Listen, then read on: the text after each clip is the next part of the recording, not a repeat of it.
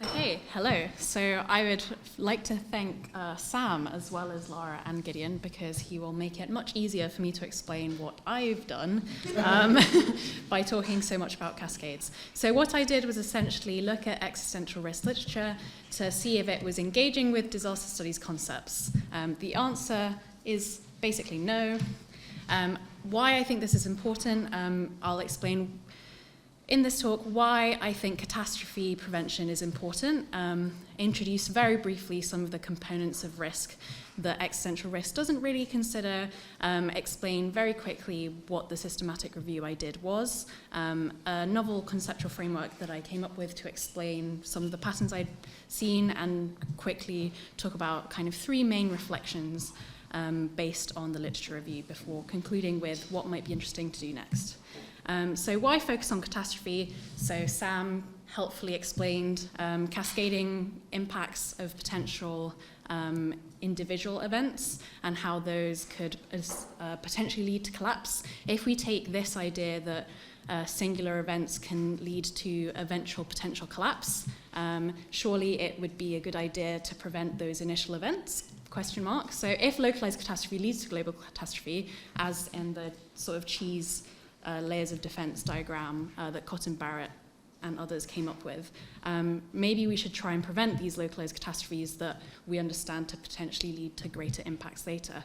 There's also some other reasons that I think focusing on localized catastrophe could be of value. Some of those have to do with uncertainties. So localized catastrophes involve fewer uncertainties that mega singular event hazards like nuclear war have. Who's involved? Who's it affecting? Who are the stakeholders? Who gets to decide those questions and those answers? As well as endgame scenarios sort of that lead to extinction. Those also have a lot more uncertainties, and they're less tangible, sort of further away in the future, which also means that they're a little less logistically feasible and tractable, which means that focusing on sort of trying to persuade people to invest in preventing localized catastrophe could be potentially easier and potentially would involve less investment.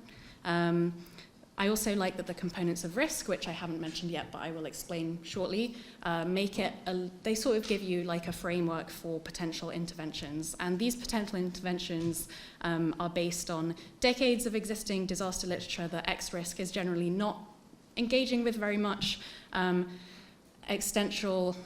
Disaster risk studies has already had a lot of arguments with itself from like 1979, when it sort of started changing from being natural science oriented to now it takes into account a lot of like social science and feminist geography and post-colonial geography. And there's loads of discussions and arguments there that we can learn from. We don't have to have them all over again for ourselves. We can learn from them because they've already done it. And a lot of these interventions that we're seeing, they're done at an institutional level by like the EU disaster management, or like the UNDRR, so that's the United Nations Office for Disaster Risk Reduction. We don't have to reinvent the wheel. Like major institutions are already taking these frameworks and doing stuff with them. So in terms of the components of disaster risk, this is a really foundational part of what the work is about. So in disaster studies,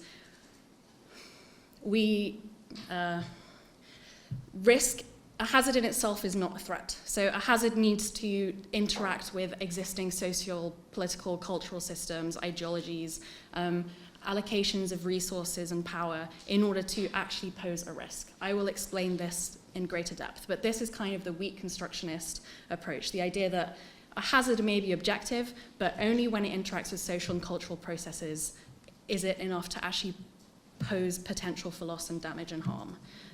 These are the methods for my systematic literature review, which I put up here for transparency, but I won't go through them in detail. The results are here. You can see that of all of the ones that I looked at, only 3 papers actually engage with disaster studies concepts. And of those, only Huggle and Liu et al. Actually engage with them in a way that engages with what they mean, whereas Kramer and Kemp kind of just recommend that we should look at them as opposed to actually engaging with them. Why I think this is important, or rather my thoughts having done this, are that essentially we could look at existential risk literature in this way. I will explain this. So hazard is kind of things to do with the hazard, the nature of it. When is it going to happen? Who's involved in it? What are its characteristics? How could we potentially change it? Phase 1, which I called localized catastrophe, is kind of the immediate primary and secondary effects of that hazard on people. Like, how is it actually potentially causing harm to people? Phase 2, cascading impacts, is kind of more along the lines of what Sam just talked about, and phase 3, extinction, is kind of how is that last person dying? How are those first 99% of people dying? How do we prevent the last person from dying? In terms of the state of X-risk from what I looked at, oh, that's interesting. Is there a laser that I can use? Because there should be something else here. Okay, in terms of the state of X-risk, almost all the literature that I found was concentrated on the hazard circle. So a lot of X-risk literature is based around this idea of halting a hazard, making it less frequent, somehow making it safer, changing its innate nature. There's also a fair amount of literature that is around the idea of preventing the final few people, the last human standing, if you like, passing away. So that's kind of things like the idea of refuges or bunkers. And there's a smaller amount of literature that engages with ideas of cascading impacts. Phase 1, though, nobody is thinking about this generally. Reflections on the systematic literature review. Number 1 is that there's a lot of conflation between hazard and risk. So in X-risk literature, hazard is very framed as inherently dangerous, kind of unavoidable, as if humanity doesn't really have agency to do something with the hazard, and the hazard is going to be like one singular event, as opposed to maybe something that will last a little longer, like a slow onset event.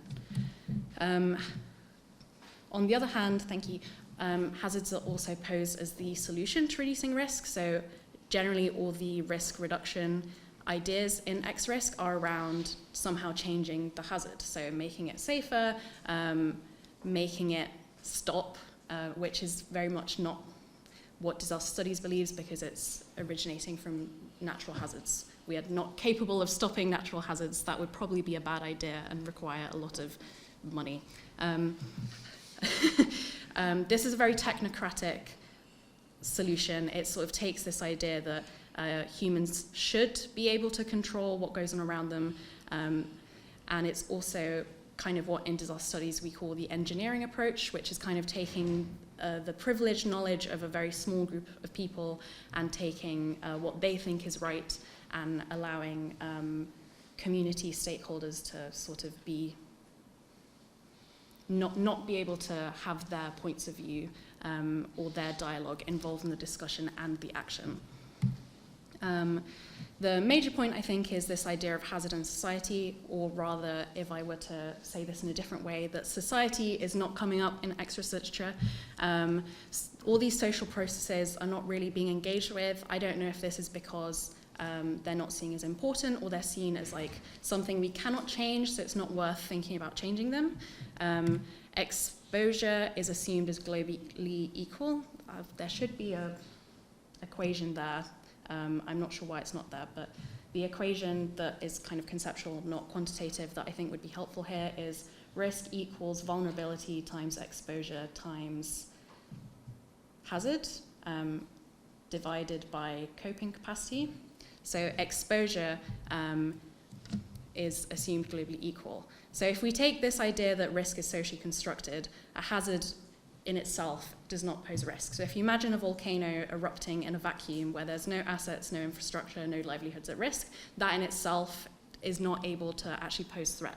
It's only when people are exposed to the hazard there is potentially threat, or they're potentially at risk.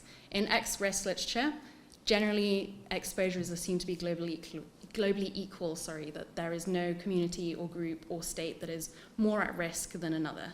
I'm not entirely sure I agree with this.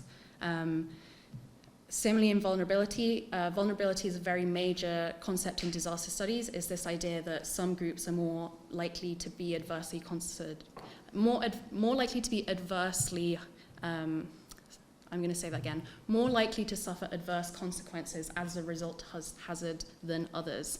This is not engaged with in existential risk. Even though vulnerability as a concept is mentioned, there's not really any mention of what makes a community vulnerable to particular X risks, or what it is about their characteristics, how the hazard is actually causing harm to them. How do we reduce their vulnerability? That's not mentioned. Some of the classic examples of vulnerability in disaster studies are like gender, ethnicity, care responsibilities, disability, class. This has not come up at all. And lastly, despite some sense of resilience needing to be enhanced as a way to mitigate risk, this is a very, very small amount of X-risk literature that's doing this.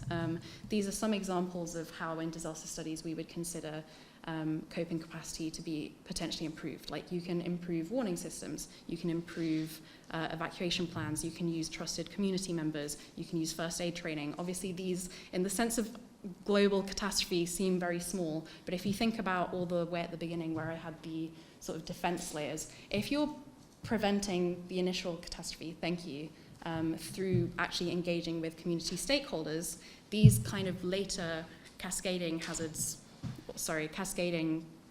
impacts become less of an issue because the initial group that was vulnerable is more resilient. Why does this matter? Again, there should be some circles that are not there. I'm not sure why, but imagine a very big red circle on this square that says number 4 that says hazards. Basically, why I think this is important is that X-risk literature is only really engaging with the idea of the hazard as what constructs risk, which means there's potential for lots of unexplored causal mechanisms, unexplored root causes of what actually constructs risk. And I think this is an issue because it means there may be relationships or feedbacks that we're not expecting that are going to be an issue in the future. For the next step, you can look at these in your own time because I've run out of time. Thank you very much.